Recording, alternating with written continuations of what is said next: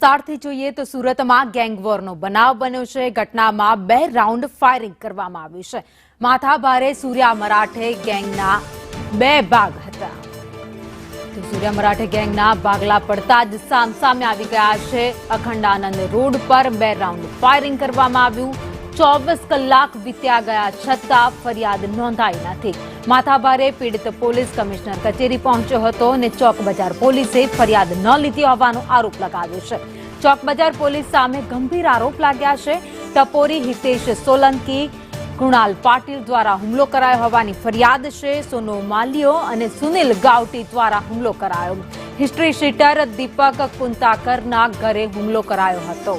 તો સુરતમાં ગેંગવોરનો બનાવ બન્યો છે, જેમાં જાહેર રસ્તા પર 2 રાઉન્ડ ફાયરિંગ કરવામાં આવ્યું છે અને આ બધા જ વચ્ચે પોલીસની શંકાસ્પદ ભૂમિકા છે, કારણ કે સમગ્ર મામલે પોલીસ ફરિયાદ નોંધવામાં નથી આવી। લોકો પોલીસ ફરિયાદ નોંધાવવા ગયા હતા, પરંતુ પોલીસે ફરિયાદ ન લીધી હોવાના આક્ષેપ કરાયા છે।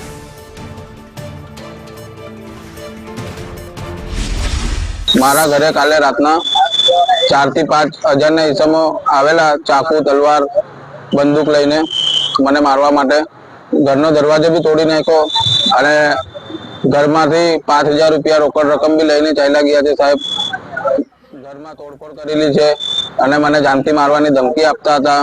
कौन लोग હતા એનું નામ? હિતેશ સોલંકી, કુનાલ પાટીલ, સોનુ માલિયો, પછી એક સુનિલ ઉર્ફે ગાવટી કરીને છે। બીજા અજાણ્યા 4-5 ઈસમો હતા, એમનું નામ ખબર નહીં।